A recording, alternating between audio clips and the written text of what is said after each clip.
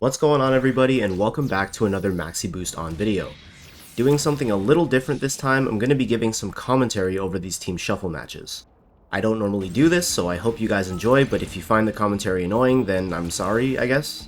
Anyway, for this first match, we got the Gaia and an E-Burst God Gundam, interesting choice there, against a Quanta and Berga Giros. Not really sure what I was going for playing this suit. I probably just saw a cross boost video of it at the time and wanted to try it out, only to be reminded that it can't do the same things in EXVSMBON. This suit does offer some pretty nice mobility options if you switch between its MS and MA forms. I really like this finisher for the slash through attack in the dog form. The slash through derivative using 8B is already untechable, but by pressing main after, you can sneak in a little more damage and get the knockdown. Plus, it just looks really cool. The 2B somersault, water wheel, whatever you want to call it, is also really nice for mobility or if you need to return to the ground quickly. Not quite a traditional Pyeongkaku, but it still gets the job done. I'm also a fan of that cancel route you just saw where you call the Abyss assist and immediately transform because the assist can set up your melee combo if it lands. The BC asteroid jump is nice for closing the distance, but other than that, I'm still getting used to how to approach in the dog form. It's just kind of a weird playstyle. I feel like I should definitely be switching between forms more often. Note to self, Gaia cannot out-melee Quanta. Moving on from that fumble, we try to catch Berga here as he's looking at our teammate, but get completely outplayed by a simple sidestep. Thankfully, God is able to catch him, but unfortunately we eat some pretty big damage from Quanta in burst. At this point, I'm just trying to make the most of my life, but again, still just not that used to the playstyle. After wasting some ammo, we're able to get a clean hit on Quanta, but only after he's done comboing our partner. We switch to Berga, and unfortunately, when we're finally about to catch him, we just get absolutely rocked by Domom's love, his anger, and all his sorrow. But he closes out the game afterwards, so all's well that ends well. So obviously I'm not a Gaia player. The suit is pretty interesting, and I think that I'd have a lot of fun with it if I just practiced a bit more. But anyway, that's all for the first match. In the second match, we're playing the Gottrlatan, I don't know, man, the space chicken. We're partnered up with the boy Papa Nick in the perfect strike against a Rex and G-Parts. Now, I do want to say that these matches are old, so I know any GOT players watching this match are going to cringe out of their minds because I'm not using 2B more. In case you aren't aware, certain suits like this one have very accessible Zusa cans that allow them to step after landing on the ground with certain moves and get their boost back really fast. In GOT's case, the 2B melee can be used this way and also can be used to cancel out of almost all of the suit's moves. Players that are really skilled with this suit almost never have to boost, instead using the jump to get around and then stepping after landing to recover their boost.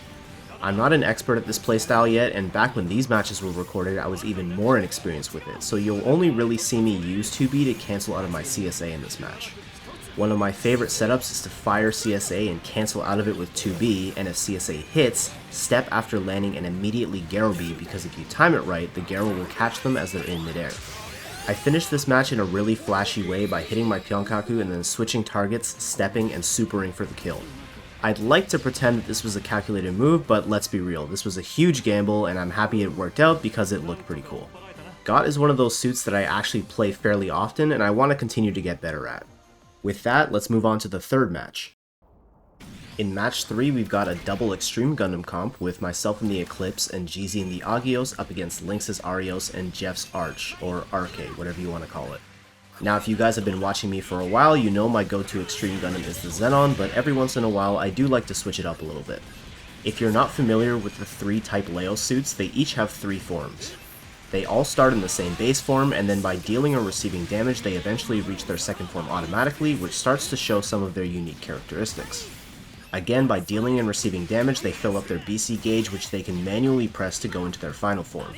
Part of the challenge of playing these suits is getting to your final form as quickly as possible without losing too much health.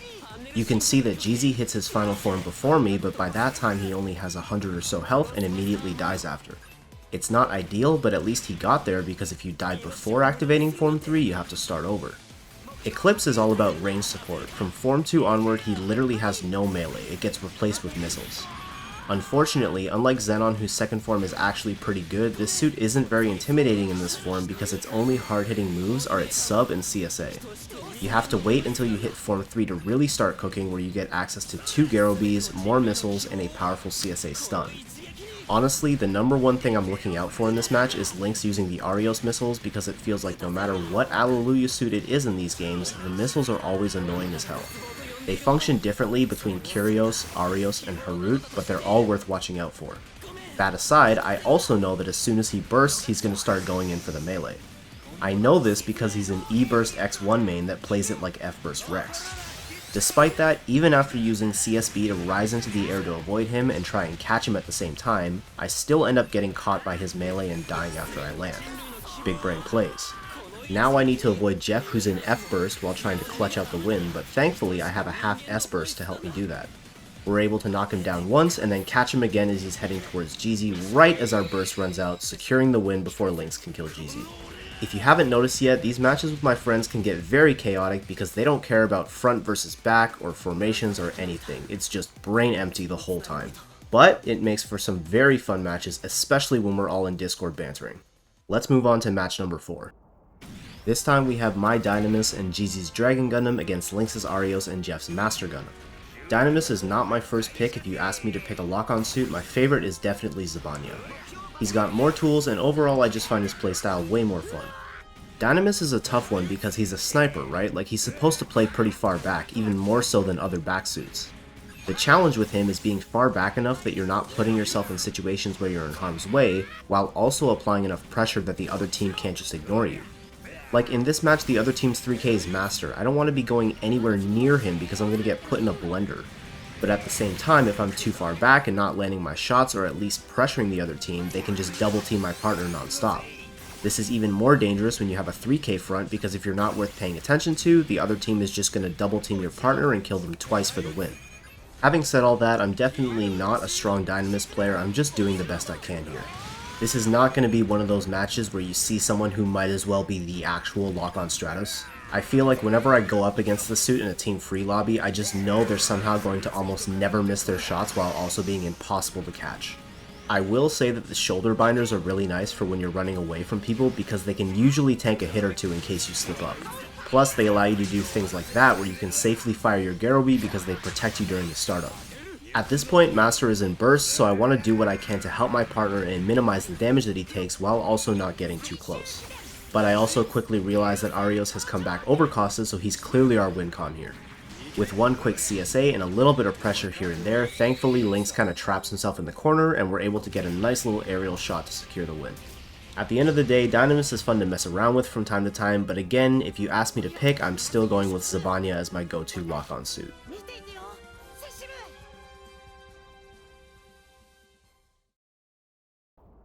In match number 5, we have my Zaku III and Lynx's Strike Freedom up against Jeff's GPO3 and Jugs in Atlas.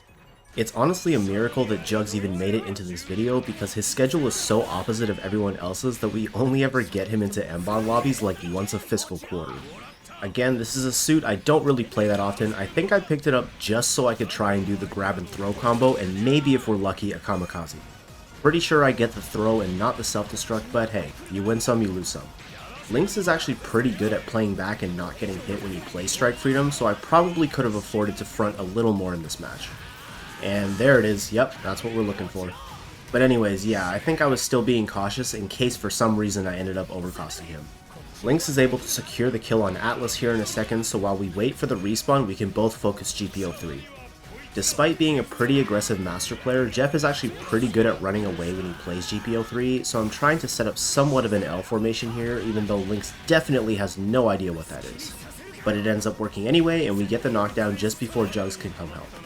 After a little bit of poking, I'm able to catch Jugs with a melee as he falls out of Lynx's Garo, and he ends up full bursting out of the knockdown, so I'm going to back up a little bit.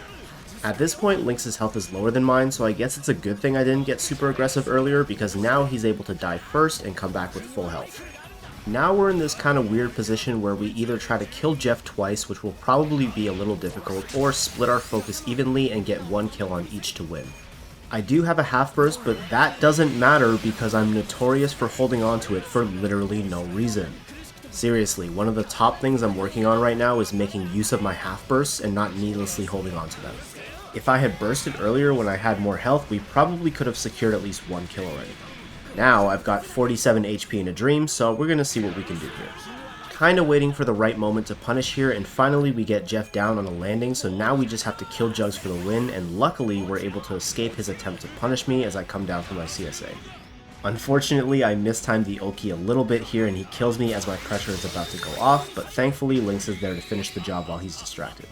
Gotta love that super fast strike freedom CSA.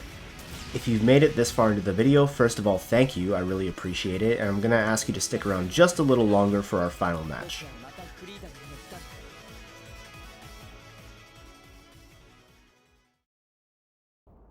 In our last match, we've got me on Berga Giros and Jeezy on Legend against Lynx's Strike Freedom and Jeff's Shar Gelgoog. Now Berga is a suit I actually do have quite a bit of experience with, just not in EXVSMBON. Let me explain. Back when EXVSMBON was announced for console, I made some changes to how I was playing in Gundam Versus at the time. Because I had never played full boost and started with GVS, I had only ever played with strikers and boost dive, so I stopped using both of those in order to prepare myself for EXVSMBON.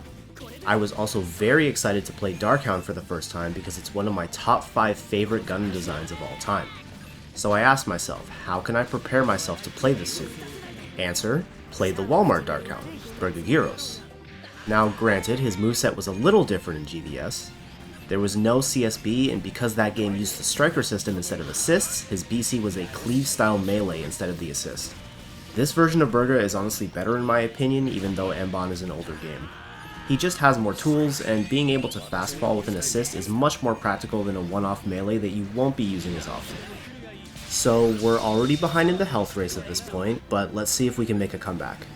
That assist once again coming in clutch as I attempt to keep Jeff's attention on me while Jeezy tries to chase down Lynx.